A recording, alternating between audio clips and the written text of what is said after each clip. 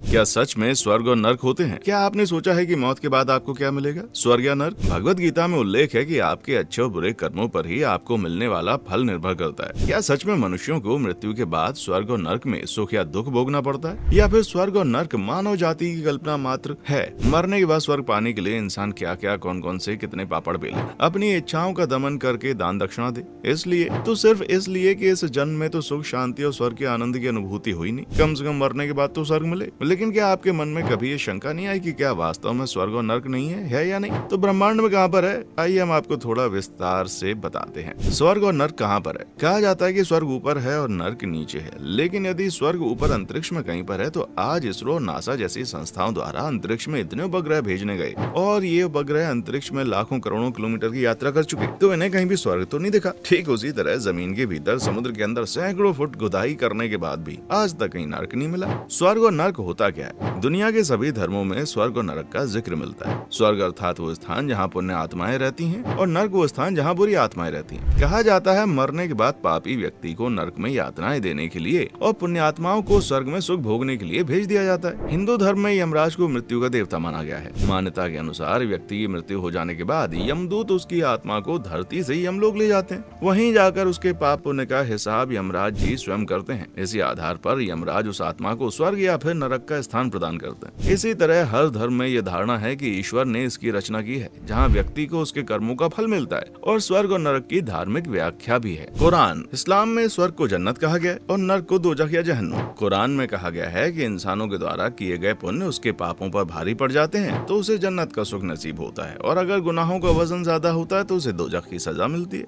इस्लाम में नरक को आग और दंड का मिश्रण बताया गया है। यहाँ आते ही आत्माओं को आग में झोंक दिया जाता है और बाद में उन्हें लोहे की छड़ी से मारा भी जाता है। बाइबल, ठीक इसी तरह ईसाई धर्म के अनुसार स्वर्ग वो स्थान है जहाँ भगवान और फरिश्ते रहते हैं, जबकि नरक में डेविल। ईसाइयों के धार्मिक ग्रंथ बाइबल के अनुसार जिन मृत इंसानों की आत्मा का नाम बुक ऑफ लाइफ में नहीं पाया जाता उन्हें आग की झील यानी हेल में ढकेल दिया जाता है। इन सब के उलट पारसी धर्म का मानना है कि मृत्यु के बाद सभी आत्माएं स्वर्ग में ही जाती हैं, लेकिन उन्हें वहां पहुंचने में कितना समय लगता है ये उनके द्वारा किए गए पाप पुण्यों पर निर्भर करता है। स्वर्ग, नर्क और हिंदू धर्म, लेकिन सभी धर्मों से इतर हिंदू धर्म में बताया गया है नरक वो नहीं है जहाँ आपको दर्द दिया जाता है, बल्कि हिंदू मान्यताओं के अनुसार इंसान का जीवन ही उसका नर्क है। हिंदू धर्म में संसार एक ऐसा शब्द है जो मनुष्य के जीवन मरण के चक्र को दर्शाता है। यदि मनुष्य पुण्य कमाएगा तो उसे स्वर्ग यानी कि मोक्ष की प्राप्ति होगी, लेकिन यदि वो पाप करेगा तो उसे संसार मिलेगा जो कि उसे जीने मरने के जाल से कभी बाहर नहीं आने देता। वास्तविकता, गीता, आत्मा पर किसी भी चीज का कोई प्रभाव नहीं होता। आत्मा न पानी में डूब सकती है, न हवा में उड़ सकती है और न ही अग्नि में जल सकती है। तो फिर आप ही सोचिए, जब किसी पापी को नरक में सजा दी जाती है तो कैसे दी जाती है? क्योंकि शरीर तो पृथ्वी पर जला दिया जाता है या दफना दिया जाता है, और आत्मा पर हवा, पानी एवं अग्नि किसी भी चीज का कोई असर ही नहीं होता। तो फिर नरक में यातनाएं देंगे किसे? इस बात से साबित होता है स्वर्ग और नरक सिर्फ हमारी कल्पनाएं और कुछ नहीं। वास्तव में स्वर्ग और नरक नाम के स्थान ब्रह्मांड में कहीं भी नहीं है। सुखों की प्राप्ति को स्वर्ग और दुखों की प्राप्ति को नरक कहते हैं। स्वर्ग हमारी आकांक्षाओं के सबूत है, तथ्यों का नहीं।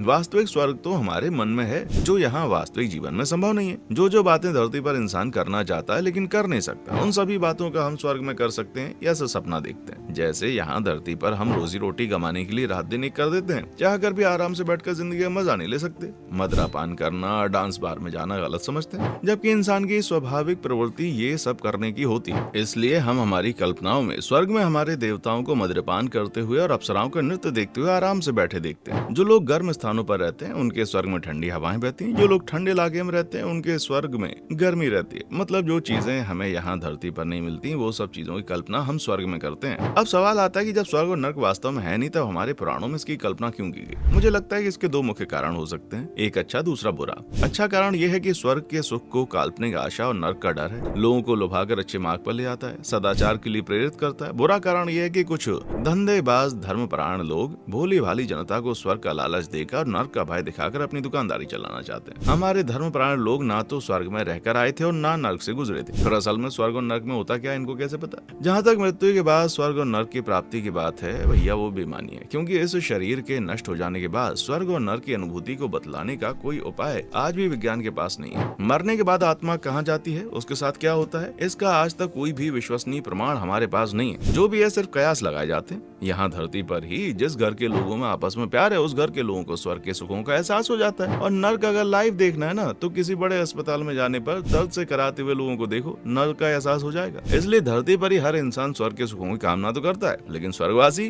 कोई नहीं होना चाहता भाई। अगर आपको हमारे द्वारा दी गई जानकारी पसंद आई तो आप हमें कमेंट करके बताएं और इस वीडियो को ज्यादा से ज्यादा लोगों में शेयर करें, और ऐसी और भी इन्फॉर्मेटिव नॉलेज से भरे हुए टॉपिक के लिए हमारे चैनल को सब्सक्राइब करें। जल्दी मिलते हैं अगले वीडियो में, देखने के लिए शुक्रिया।